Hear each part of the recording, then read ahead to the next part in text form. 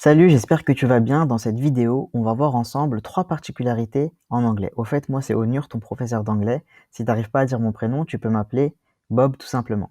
Allez, on va voir ces 3 particularités avec 3 photos. La première photo, c'est un garçon, la deuxième, c'est une fille et la troisième, un bâtiment. Pour désigner ces 3 éléments, tu es d'accord avec moi qu'on dirait il pour le petit garçon, elle pour la fille et pour le bâtiment, il.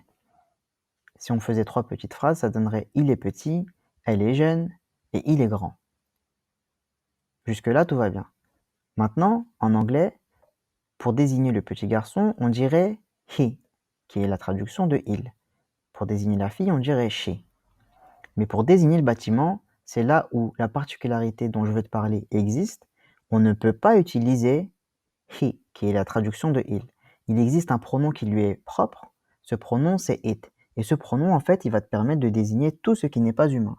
Quand je dis tout ce qui n'est pas humain, ça veut dire même les chiens, les chats, les tables, les plafonds, les sols, les murs, le papier, n'importe quoi qui ne serait pas humain, tu vas le désigner par it. Pour traduire les phrases, ça donnerait donc he is short, she is young, it is big. Voilà pour la première particularité. La deuxième particularité, c'est qu'en anglais, le genre n'existe pas. C'est-à-dire que tu n'as ni masculin ni féminin. Tu vas pas te prendre la tête à savoir s'il faut dire le garçon ou la garçon, le fille ou la fille, le bâtiment ou la bâtiment. Dans tous les cas, tu vas utiliser the boy, the girl, the building. D'ailleurs, tu as remarqué que building, c'est un mot transparent. En français, on l'utilise également. Voilà pour la deuxième particularité.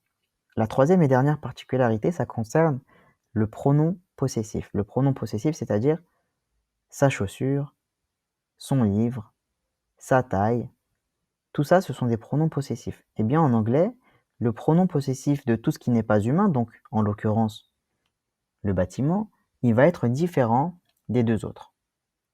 On va être dans le concret directement avec les exemples. His shoe, ça veut dire sa chaussure.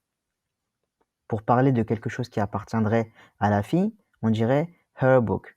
Et là, j'attire ton attention sur le fait que le pronom possessif, donc ici his et her, ça dépend vraiment de si c'est un garçon ou si c'est une fille. Ça ne dépend pas de l'élément possédé. En français, supposons qu'on parle du garçon. Je dirais sa chemise, mais je dirais son pantalon. Tu es d'accord que le pronom, il s'adapte en fonction de ce dont je parle. Si je parle de la chemise, c'est féminin, je vais dire sa chemise. Si je parle du pantalon, c'est masculin, je vais dire son pantalon. En anglais, c'est pas le cas du tout. En anglais, si je parle d'un garçon, ça sera toujours his, puisque de toute façon, il n'y a pas de genre en anglais, comme on vient de le voir. Pour la fille, ce sera toujours her. Mais pour le bâtiment, c'est un peu particulier. Il a également son propre pronom possessif, et celui-là, il s'appelle its. Ici, its staff. Ça veut dire le staff, son staff du bâtiment. Donc en fait, le staff qui travaille dans le bâtiment concrètement. Voilà. J'espère que tu as compris, j'espère que c'était clair.